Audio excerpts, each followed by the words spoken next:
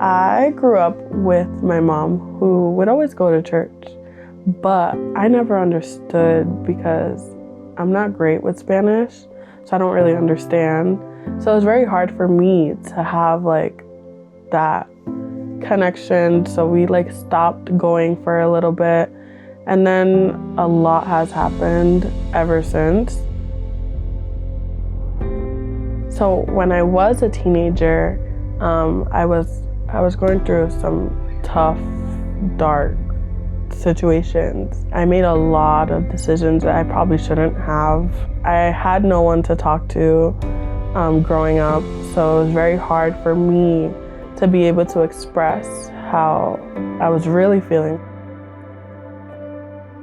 Before I met my husband, I was like kind of going to a church and they were having a baptism service, but it just didn't feel right at the time because I didn't feel like home, and home is my comfort zone. So like if I am going to church and I don't feel like that comfortness, it's not the right fit for me. So I stopped going, and then meeting my husband, actually, knowing his family is so into the Bible and going to church, and you know, just hearing the word from them, like it just brought something back into me. And when we had our son, I felt like it was a blessing.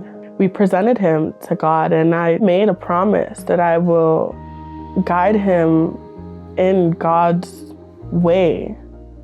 And I can't make that promise if I can't help myself and get myself right with God and connect with His love and presence.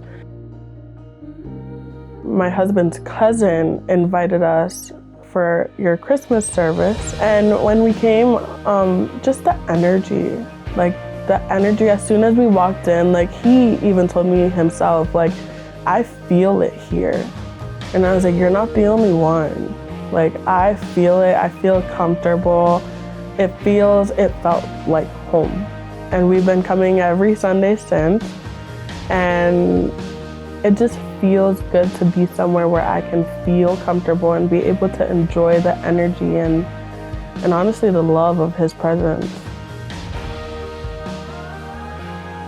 I kept my promise where I said that I'm going to go to church, I'm going to go get baptized, and I want to get my connection with Him and just grow stronger. If it wasn't for my husband or my son, honestly, I don't know where I would be, because I've had so many low points where suicidal thoughts were in my head, and I've suffered depression since I was very young, and it's still something I battle with. But I look at my son and I just say, like, I want to give him the best that I can.